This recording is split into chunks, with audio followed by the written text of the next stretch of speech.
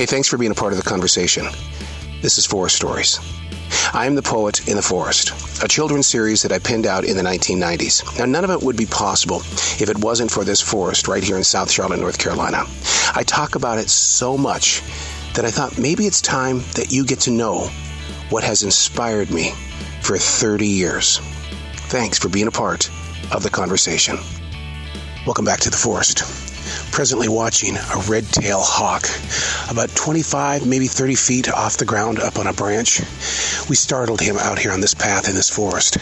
He was in the midst of having breakfast, and when we came up to him, he was on the ground with his prey beneath his claws. Now he's up in the tree, so we very patiently wait for the hawk to make his move back down to the prey. He absolutely notices me. His bright red tail is stunning, and his look is like, I see you every day, human. You're too big to be my prey, but together we can share this universe. And so as he stands there, and he looks look at that, he's in flight. That bright tail. He's now flown probably about maybe 500 feet away from me, but that flight is so smooth. You know, that's one of the things that I had to learn how to deal with while living in this forest for as long as we have. The wildlife and how the wildlife lives. Yes, it hurts my heart to see how they will swoop down and grab a lizard to a squirrel to a rabbit. And you sit there and you have that pain in your soul, but you have to understand that they too must eat.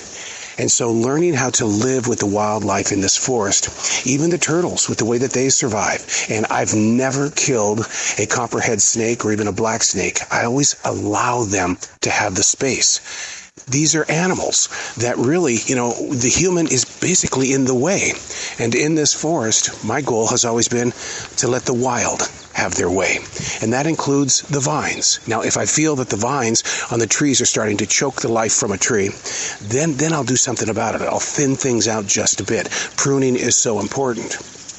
But being in the presence of the wild, you gotta kind of have a tough heart.